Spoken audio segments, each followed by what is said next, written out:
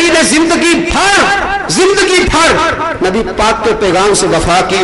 اور میرے یارو رسول پاک نے اپنے مصلی پہ ابو بکر کو کھڑا کیا نا تو جناب صدیق اکبر کی بھی زندگی بھر حضرت علی نے اطاعت کی, زندگی بھر اطاعت کی. اور حال یہ تھا ایک دن حضرت مسندی مولوی روم نے لکھا ہے, ایک دن حضرت جناب سیدنا علی المرتضی شیر خدا کرم اللہ تعالی وجہ الکریم جناب صدیق اکبر کے پاس آئے تو حضرت صدیق اکبر ان کا چہرہ دیکھتے اور مسکراتے رہتے. ادھر میری طرف دیکھیے, حضرت علی چہرہ دیکھ رہے اور مسکرا رہے ہیں. جناب صدیق اکبر نے فرمایا علی مجھے بلایا بھی ہے, بات بھی کوئی نہیں کرتے, چہرہ دیکھتے ہو مسکراتے جاتے ہو.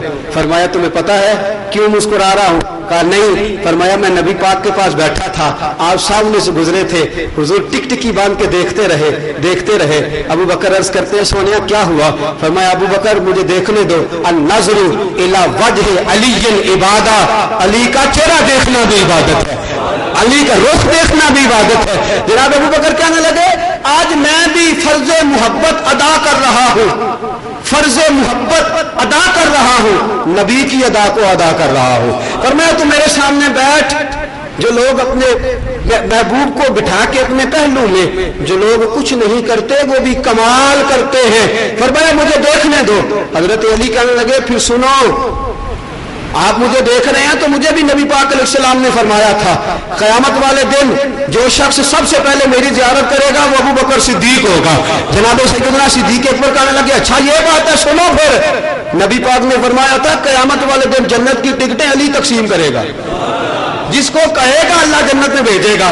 جناب سیدنا علی کہنے لگے بس ایک بات کہتا ہوں آگے نہ بولنا. ابو بکر کہنے لگے کہو. جناب علی کہنے لگے مجھے نبی پاک نے فرمایا تھا ابو بکر, مجھے حضرت علی کہنے لگے ابو بکر مجھے رسول پاک نے فرمایا تھا علی جنت کی ٹکٹیں تو ہی بانٹے گا, لیکن اس کو ٹکٹ دینا جو میرے ابو بکر سے پیار کرتا ہوگا, جو صدیق اکبر کا پیارا ہو ٹکٹ اسی کو دینا, دوسرے کو ٹکٹ نہیں دینی. جناب سیدنا علی المرتضی شیر خدا کرم اللہ تعالیٰ وجہ الکریم نے جناب سیدنا ابو بکر صدیق کے مزار اطہر پر کھڑے ہو کر آنسو بہا کر یہ کہا تھا کہ آج وہ شخص ہم سے جدا ہوا ہے جس کو دیکھ کے ہم اپنے دین کے معاملات سیدھے کیا کرتے تھے.